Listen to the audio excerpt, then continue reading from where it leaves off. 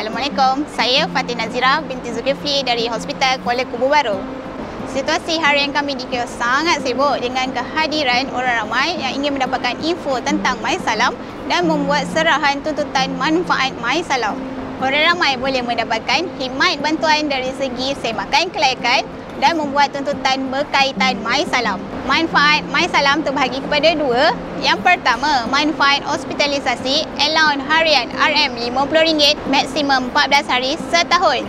Kedua, manfaat RM8,000 one off untuk 45 jenis penyakit kritikal yang tersenarai di dalam MySalam dan ia adalah percuma. Hai, Assalamualaikum dan salam sejahtera. Saya Abdul Muhaimin bin Abdul Latif, bertugas sebagai kru MySalam di Hospital Kuala Lumpur. Sedia berkhidmat untuk anda. Ya, mereka masih lagi boleh membuat tuntutan selagi penyakit yang dihidapi menepati kriteria 45 jenis penyakit kritikal skim MySalam. Antara penyakit kritikal yang sering dirujuk di kios adalah seperti kanser, kegagalan buah pinggang, strok serta penyakit berkaitan jantung. Pertama, semak kelayakan di portal MySalam.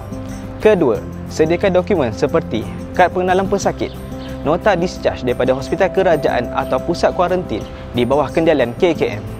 Hai, saya Fatin, kru MySalam di Institut Perubatan Respiratory Kuala Lumpur.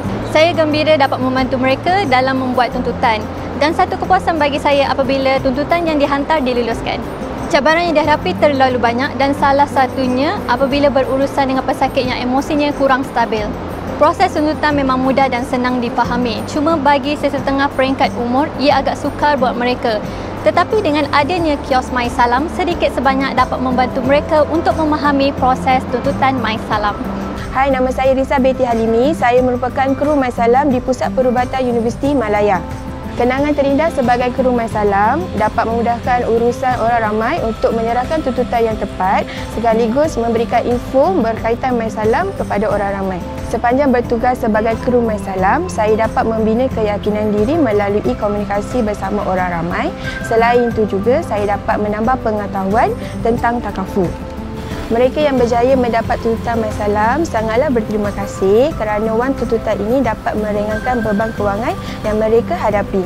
Hai, Assalamualaikum. Saya Nur Ashikin, kru MySalam dari Hospital Kuala Kubu Baru. Ia sangat penting dengan melalui saluran MySalam ini dapat menangani risiko kehilangan punca pendapatan yang dihadapi oleh golongan B40. Ia setuju di mana dapat mengurangkan beban kewangan yang dihadapi oleh golongan B40. Pada pendapat saya, ia patut diteruskan dan menambah baik dari semasa ke semasa untuk keperluan penerima B40.